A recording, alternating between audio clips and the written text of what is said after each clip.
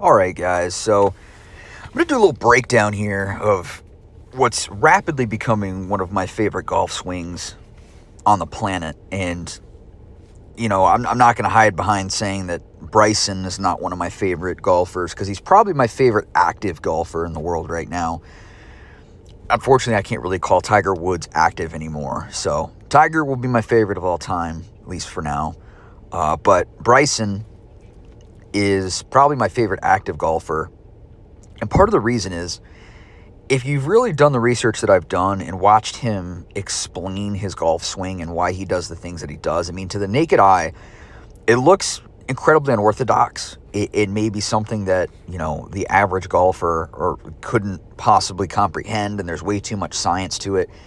And honestly, I just don't think that's true. I think when you actually boil it down, some of the things that Bryson has done with his golf swing are incredibly brilliant, potentially misunderstood, and there truly is a method to his madness, and it's something that he does the things that he does to achieve something that I think all golfers want to get better at, regardless of what level you're at, which is a higher level of consistency and a lower margin of error. And the things that Bryson does really allow you to accomplish these things while also simultaneously being able to swing with more power and more speed, which is also something every golfer is looking to achieve. So I want to first break down his setup.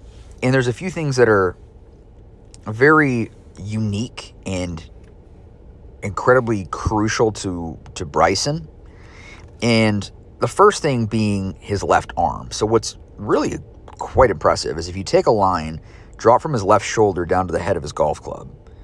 I mean, you can see it goes straight down through the shaft. His arm is dead straight on that line.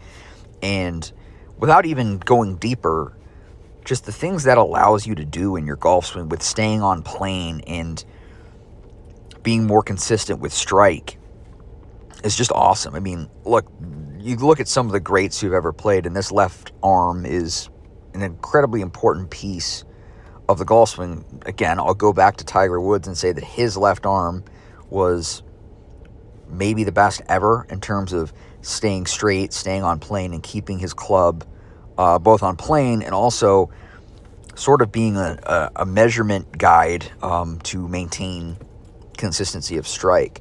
Now, how does Bryson achieve this? Now, there's a few things he does. So I'll direct your attention first to his left shoulder and upper arm area here. So you probably couldn't tell just by looking at it, but having listened to Bryson multiple times talk about his swing, his left shoulder and his left upper arm are completely internally rotated. So in layman's terms, he's taking the top of his arm from his shoulder kind of down to his left bicep and turning it in completely towards his chest. And you could see how kind of tight that window or that little, there really isn't even a pocket there between his left arm, and you could kind of see the Crushers logo on the left chest of his shirt. He's got that upper left arm completely turned in. And then conversely, you look at the bottom half of his arm below his elbow, it's completely externally rotated. So just the opposite. So his left arm, the top part is completely turned in towards his chest, and the bottom half is completely turned out. So what does this do, and why does Bryson do it? Well, this completely locks the arm into place. And this makes, to me, it just makes a whole lot of sense. Again, it allows this left arm to just stay completely locked into place, which in turn allows you to really stay on plane in the golf swing and keep the golf club the same length away from the body without really thinking about it. It takes the mental aspect out of it, which is crazy. Like you think about, again, any golfer, again, if you've got some talent and you've, dedicated the time and the practice, you could get pretty darn consistent. But Bryson is just taking this to a whole new level with really just taking a lot of the feel and kind of the mental aspect out of it, which is quite impressive. Now, what really makes his setup unique, I think, and what's always I've thought was a little bit interesting is we take a look at Bryson's left hand. Now, I'm sorry, that's a bad circle. Let me try to redraw that. Bam. Now, again, the average person looking at this probably wouldn't notice this off the rip, but he's got, I don't even think arguably, the weakest grip of anybody I've ever seen. Now, again, maybe in history, there's other guys that have played with a very weak grip. But Bryson's, like, you look at his left thumb, it's almost left of center of the shaft. And again, we're always taught as golfers, again, to put it down the middle, or maybe even a little bit, if you're a right-handed golfer, to the right side of the shaft, playing with almost a neutral to a little bit stronger of a grip. And you could see on Bryson's left hand, they talk about, okay, you should see, 1.5 to 2 knuckles. Well, with Bryson, you can barely see 1. And it's incredibly weak. Now, I'll throw this disclaimer out there that if you're a newer golfer and you're not familiar with how to properly release a golf club, or, again, kind of in layman's terms, to square the face with speed, this probably isn't something you should try off the rip, because you're just going to be missing the ball way to the right. And if you already kind of battle a slice, now obviously the arm lock will help you with playing dramatically. But again, if you're not squaring the face because of this grip, you're going to slice and hit the ball way to the right.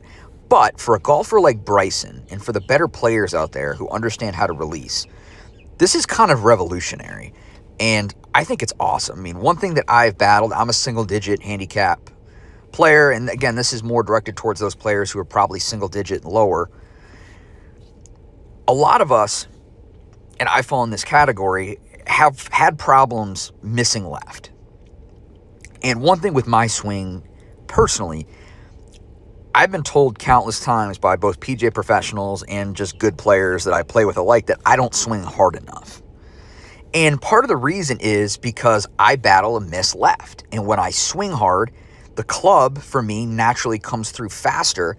Therefore, my miss left gets worse and the club face gets more closed.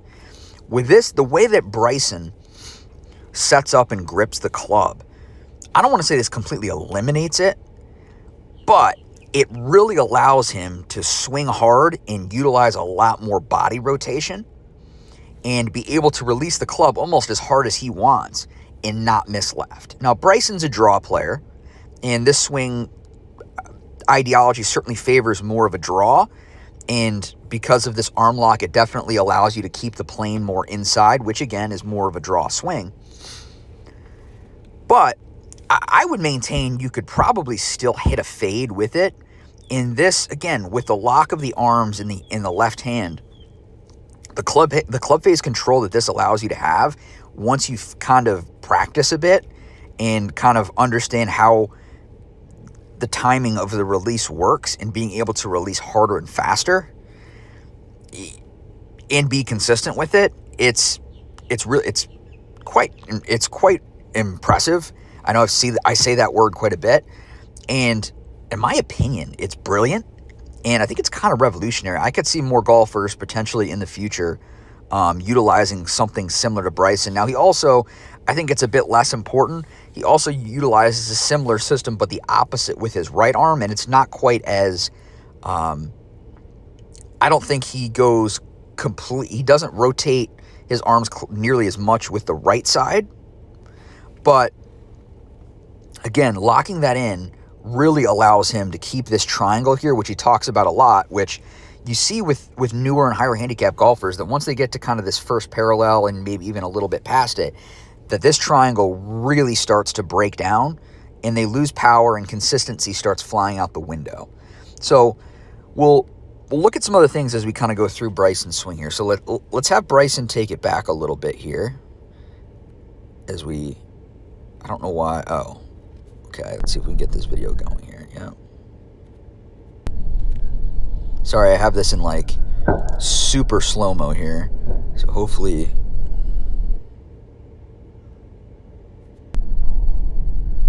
All right, so now Bryson's taking the club back. And let's stop it here at the top. So a couple things that I want to draw some attention to. So number one, I want to look at Bryson's hips. And you see this white line here where that was already there. And I kept it in the video because it kind of illustrates, again, sort of where his left hip started and, again, sort of where he's at. And one thing that is interesting is you see a lot of like newer golfers when they get to the top,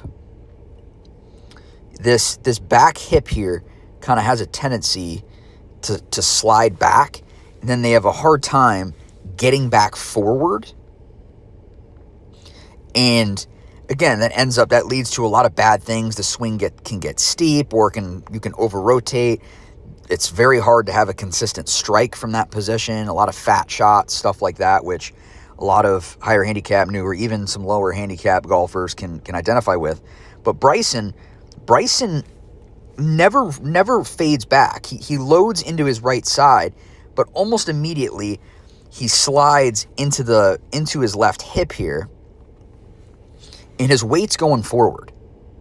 You can see he's fully rotated. His right hip over here is way back. He's got a full chest turn here, and his hands are maybe a little bit behind his sternum, but still very much in a spot in front of his body where he can control it coming through.